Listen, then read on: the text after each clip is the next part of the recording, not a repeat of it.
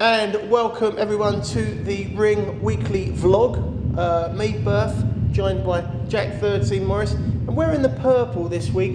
Congratulations to Phil Gill and his lovely girlfriend, I'm sure soon to be wife Tracy, on the birth of their little girl. Many congratulations.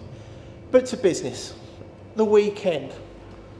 Something new, something gone, and something a little bit weird as well. Let's go straight to the heavyweight champion defence, Klitschko-Pulev. I've got to say, in fairness to Jack Morris, Jack, you hit it dead on. You said to me, 5-round KO Klitschko. I thought Pulev was actually going to give him a little bit more of an argument than that, but you were spot on the money. Yeah, with Klitschko, the way I see it is the guys that really go in there to have a go, he finds them out. He knocks them out.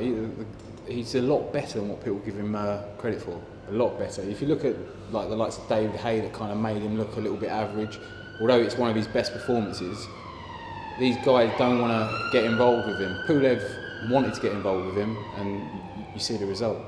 It's interesting you say that about David Haye, because I remember watching the David Haye fight, and it wasn't an incredible fight in fairness, but I think it was round 11. Klitschko released a combination with such freedom and abandonment. I thought it'd be lovely to see him box with that level of freedom all the time, because he obviously has got those beautiful boxing abilities. But as you said there, if he doesn't need to, he doesn't bother. And when people put it on him, I mean, the left hook he finished Pulev off the other day, I thought was absolutely outstanding. Yes. And it was actually nice to see him in a fight where someone wasn't just trying to tuck up, he was trying to do things, Pulev, and obviously, as you say, came up very short because of it.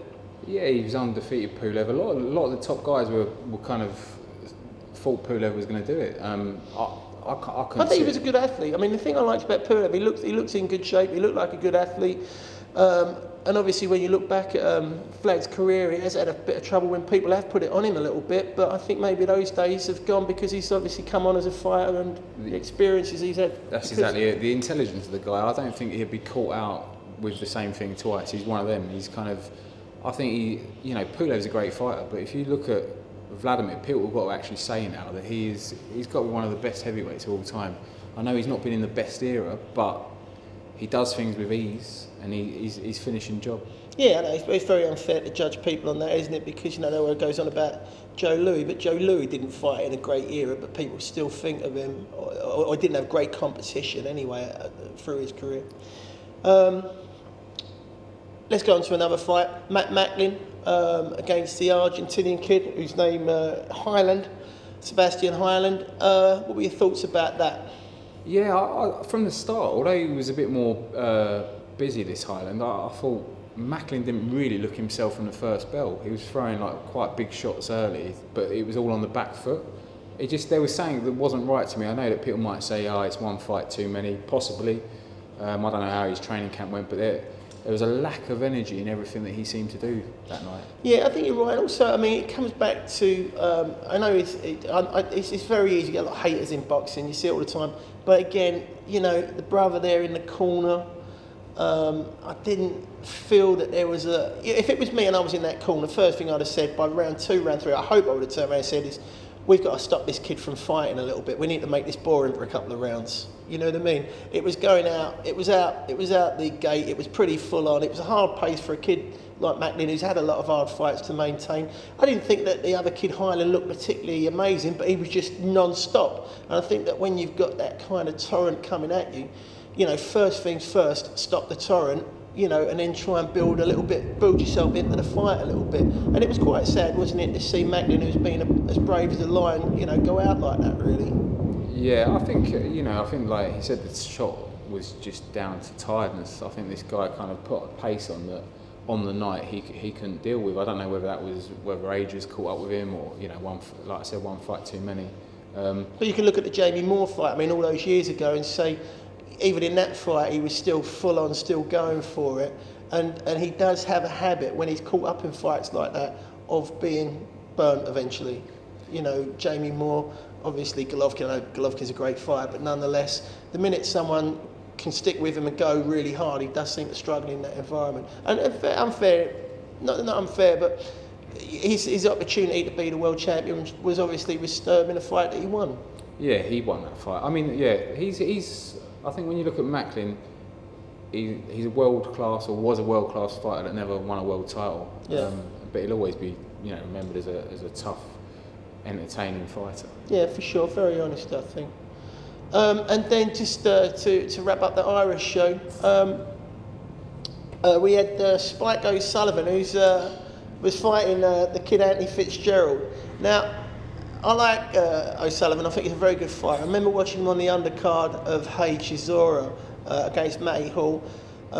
He's gone, and it looked very good that night. And then he's gone on and done very well against Billy Joe Saunders. Billy Joe Saunders, obviously, just that little bit too clever for him, really.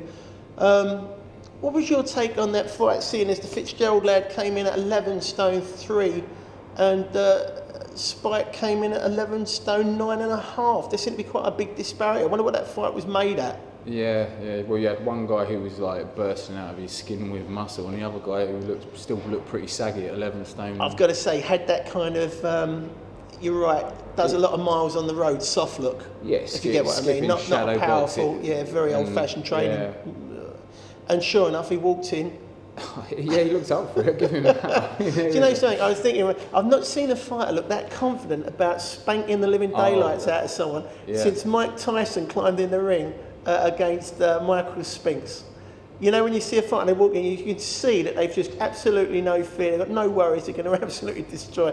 And sure enough, I think he probably, the other kids jabbed at him, and then Spike put his hands behind his head, behind his back, and then just literally started letting go of shots, and it wasn't going to last much longer. It was really good to watch, like whilst it lasted, because it was one of them. You knew what one guy was trying to do, and what the other guy was basically trying to do. take the other lad's head off as quick as possible. Yeah. And the other guy didn't really have a lot of options, did he? You look at the other guy's physique and in general, it was a case of when he lands, it's over. Oh, for sure. But 10 out of 10 for the energetic ring walk that he put on, because that was. Well, the other kid, I think he wore himself out before he even superb, got there. Yeah. And someone threw a stall Spike O'Sullivan when he was in the corner, didn't they? Yeah. So that was a bit naughty. Surely you'd like to thought that the security would have been onto that. Well, he managed to dodge that as well, didn't he? So he dodged it, or again, if it was the other kids' fans, obviously not a very good shot there either. So there you are. Okay, there's lots to talk about with the upcoming weekend. Obviously, Bellew, Cleverly, Pacquiao, Algieri. But what we're going to do now is go to a nutrition tip from Fat Nige.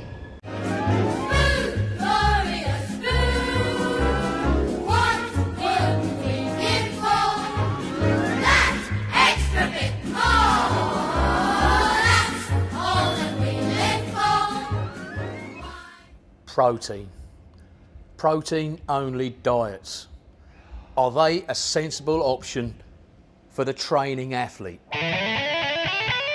It's harder for the body to extract energy from protein than it is from carbs. It heats the body up, and that creates what we call the thermogenic effect. Now, you will burn fat on a protein-only diet, but doesn't it make more sense to actually do a controlled, balanced diet, incorporating good carbs, keep ourselves closer to our fighting weight? That way we eradicate the need for drastic, energy-sapping methods of losing weight for our fight.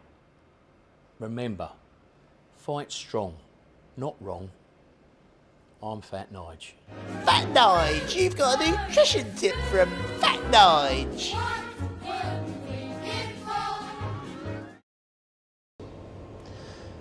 Superb. Thank you, Nige. Always great to get a good tip. Now, we're going to start the second part of the show by talking about Cleverly and Bellew. And I'm going to say it right at the front so we get it out of the way. I don't see how this is a pay-per-view event. I'll be very interested to see how many sales it does. Nothing about it, to me, adds up that it should be a pay-per-view event, unless pay-per-view events are now being based on rebuilding your career. Which isn't to say that the boys on it aren't good fighters, but all of them have lost. Most of them have lost in dynamic and dramatic fashion by clean KO or staggering all over the place. So again, I don't know how this becomes a pay-per-view event, but we're going to park that for a second and just talk about it on the merits of the fight itself. So we're going to go straight in at the top of the bill, which is Bellew Cleverly. Now, first thing first, Bellew. been embarrassing himself a bit recently, I thought, with the interviews online. Yeah, I'm not. Yeah, if there's such thing as karma, you know, Nathan Cleverly and knock him out. I think, I don't know, obviously it might be to sell the fight. Eddie Hearn's had a little word in his ear, you're going to be bad guy and you're going to be good guy. But, you know, I know they're fighting each other, but it should have a little bit of respect. I mean, Nathan Cleverly, like you said, he's gone to Liverpool in front of his hometown, in front of Blue's hometown. Yeah. He's gone there, and it was a close fight, but to me, Cleverly won it quite clearly, although it was close. I just think that the calmness of Cleverly, I think people are underrating that. You know, you've got Blue kind of up and in your face. You know. I'm not. I personally think that that's the thing that's going to win in the fight. You know, I think that Bellew, he's a very emotional kid. And, you know, don't get me the wrong way, it's nice to see passion. But I think when it trips over into something else, and I think that there's been so much furore about this not being really legitimately a pay-per-view event, I think it's really pricked Bellew's ego. You know, I think there's a big hole there, and I think watching Cleverly, he's absolutely cool hand Luke. He has been fundamentally all the way through it. And I think that's going to do very well for him in the fight. I can see Bellew coming out and going a little bit too fast, too early. Everyone's saying, oh, he's more powerful at the weight, and that may well be true. But when was power the singular decider on what was going to happen in the fight? Yeah, you look at the same stable as what Cleverly came out of the Joe Calzaghe camp. Calzaghe wasn't the most destructive puncher. But you look at Bellew now, you look at Cleverly now, and you look at the size of the guy's neck. Yeah, he looks strong. I thought he looked really good. Yeah, there was a thing on Sky the other a couple of days ago. He was running around a track. Saw that. He looked quick. He looks right. That's exactly right. To me, he looks like the better athlete out of the two. I'm not saying that the other kid isn't strong, and he might have the punch power on him, individual punch power. But my thing is, if Bellew comes out and flies out the gates trying to get it home, by round 4 or round 5, he might well be there for the taking himself. I think behind all Bellew's kind of bravado, he can flake a little bit in a fight, and I think that's when Cleverly will step on him. I did say a couple of weeks ago I thought Bellew, being at the new weight would knock him out, but as I've watched the emotions get involved and that's a big factor, right? Yeah, and looking at some of the clips of Cleverly, I've got to push Cleverly for a late stoppage. And actually, when you look at it, logically, at the end of the day, Cleverly has been a world champion who has defended a world champion of the type of world champion you find these days. He has defended lots of times. He is a very bright lad, and he's always the least you can say, he's in great condition. He's always in very good condition. Yeah, he's gone, British, Commonwealth, European, world champion, and he's 27, 28 years old. It's impressive, isn't it? Yeah. Okay, so, what you think? How are you picking that fight? Yeah, I've gone the other way. I mean, I'm by going, stoppage. I'm going Cleverly by stoppage. It could be as late as round 12. I'm going Cleverly late stoppage. Yeah, and I don't think Cleverly will hold back if he gets the opportunity either. I think he'll go for it himself. He'll take him out. Okay, obviously you got Grovesy, and he's fighting this interesting kid whose mum does his corner, and it's the mother's boy, Dennis Duglin. I think he's got a pretty mediocre looking record. 15 fights, isn't it? Or 18, lost 3. He's lost 3, yeah. Yeah, 10. But decent. I mean, what I'm saying, his mother in the corner, it's not Mickey Ward's turning up on Saturday night, is it? It's not Mickey Ward turning up on Saturday night. That's what I'm saying. I think what Eddie Hearn's done is obviously Groves as a name. Obviously, for the pay-per-view thing, says, look, I'll get you a fight. I mean, for me, it'd be a bit weird, like having a boxing match and then seeing the other guy with his mum in the corner. It would freak me out a little bit, wouldn't it you? Well, not being a complete sexist, no, it wouldn't. But, and I'll be honest with you, it wouldn't. I'll tell you that's for why, because boxing, for the most part, is actually about being, we were talking about Matt Macklin's brother being in the corner. What boxing really is about, for me, in the corner, is being able to think on your feet. And you don't necessarily have to be a man or a former professional boxer to do that, to be honest. You need to make quick decisions and assess what's going on and what's best for your man, which again comes back to the Matthew Macklin thing. By round 2 of that, if I was in his corner, I'd been saying, just kill it, just hold this kid, stop him from working, let's throw him about a little bit, don't worry about losing a point or something, because we carry on like this, you're going to get knocked out anyway. You know what I mean? I wouldn't say that, but the point I'm saying is that just because she's a woman, I don't think it has any relevance at all. The fact it's his mum, bit unusual. 99.9% of mums don't want to come and see you fight. I remember when I used to box as an amateur, my mum threatened to throw me out, but she still ended up going. I mean, you've got to be honest, though, women don't make the most logical decisions. You being married yourself, you should know that. So when it comes to I absolutely do not know what he's talking about. Okay, interesting. Now, DeGale, we're going to go to... he's fighting a lad that we saw, Marco Antonio Periban. We saw him fight Julian Love over in Vegas on the undercard of the first Mayweather-Maidana fight. And we were really impressed with him that night. I personally thought he won that fight against Julian Love. He lost on points. So this isn't an easy fight for DeGale, I don't think. It's a good fight for DeGale. The other kid's not going to fold, I don't think. He's going to turn up and have a fight. I haven't watched this guy box to start. I think DeGale would deal with him quite comfortably. Well, we're big DeGale fans. We're big DeGale fans, I think. And obviously they've got them both on the same card. I mean, taking Cole Froch out the equation for a second, you know, this is screaming DeGale Groves return, I think. I think that's probably what they're trying to angle towards.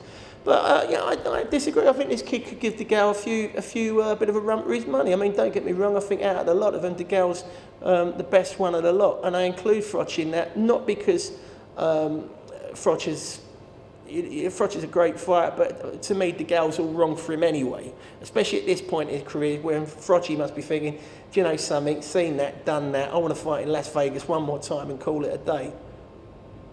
So that would be my feeling that even though DeGale should win this fight, this kid who is a quality piece might give him more of a role than people think. Yeah, I think no, he's a quality fighter. What I'm saying is, I haven't watched him when we was out in Vegas. I think this guy will play into DeGale's hands style-wise. It's like he literally just comes forward. There's no angles. Classic sort of Mexican. Yeah, there's no, you know, as I say, he's going to make DeGale work for a few rounds. Yeah, he reminded me a little bit of Antonio Margarito, actually. Yeah, very exactly. Kind of like that kind of rangy Mexican kid. Yeah. You know, you got your stocky ones here, and you got your rangy ones who step to the side and try and bring the shots out the middle. And obviously you got Quigg, I think, who's the only British undefeated fighter on the bill. I think he's drawn once, isn't he, Quigg? Or no, you got. I think Anthony Joshua's on the bill. Oh, is Joshua on the bill as well? Okay. But going back to Quigg's defending against Otaki. Yeah. We don't know much about. Got to be thinking that he's gonna. I can't see him. Yeah, sort of jeopardising that Cole Frampton or fight. Santa Cruz. It's interesting when you look at fights these days. You don't think to yourself they're competitive. They almost look like setups for other fights all the time, don't they? Yeah, until we get. And maybe that's what this pay-per-view thing's all about. Maybe that's what it really is all about. Keep building these fights and turn them into those pay-per-view. And yeah, of course, I can't believe I forgot that. Anthony Joshua fighting Michael Sprott. I mean, that's not an easy fight, actually. It's quite a good fight for him at this stage in his career. Do you remember when Sprott was down? Were you down here when Sprott was down here? Just before the Audley Harrison fight, going back a few years. No, I don't think I was. But he can really dig, you know, and he's one of them ones. I think he's still got something in the tank, he's got something to offer. It's definitely better than the Skelton fight, let's put it like that. Yeah, of course. I think that, you know, they've got to find someone who's as tall as Joshua. If you look at every opponent that he has, they're shorter. Yep. I know he's a tall lad. Yep. They're kind of, he keeps them all at range, and Sprott's like close to 40 years old, you know. I think you're right, but the trouble that I've got with Joshua at the moment is he doesn't look to me like he should look. And what I mean by that is, to me, he should be fighting like Evander Holyfield used to fight. I think when Evander Holyfield had his 8th or 9th fight, it's really low level of fights he'd had, he was in there for the cruiserweight title against Dwight Mohammed Kawi, and he still had that kind of blocking thing that he used all the way through his career. When I watch Joshua, he's so all out for it, he's throwing shots, he's very exciting, very thrilling. Makes me worry he's going to walk onto a big one. Possibly, yeah, and you know, his conditioning's still yet to, you know, obviously he's getting sparring, but anyone will tell you sparring and being under the lights are two different things. It's about when he hits someone and they kind of stand up to him and then go back. I mean, we both agree, we think he's going to be world champion, he's a real deal, but yeah, for sure. There's these little things that need to be answered, and I don't think Michael Sprott might give him a good few rounds. The one thing I would say to Sprott, because of his experience, he might have it in him to have better timing. Obviously he's not as fast, but, you know, Danny Garcia wasn't as fast as Amir Khan, but he timed it right. And he might just be able to say, do you know what, I know you're going to throw bop, I'll catch you on the third shot. you know, and he's got that ability. I think he has got that ability. So this is a very good fight for Anthony Joshua at this stage. We shall find out. Okay, we're just going to go to a competition now with your favourite mine, and also our cameraman Matt, who's absolutely obsessed. It's the Eastern Bloc Bimbo. Hello everybody, I'm from the Eastern Bloc.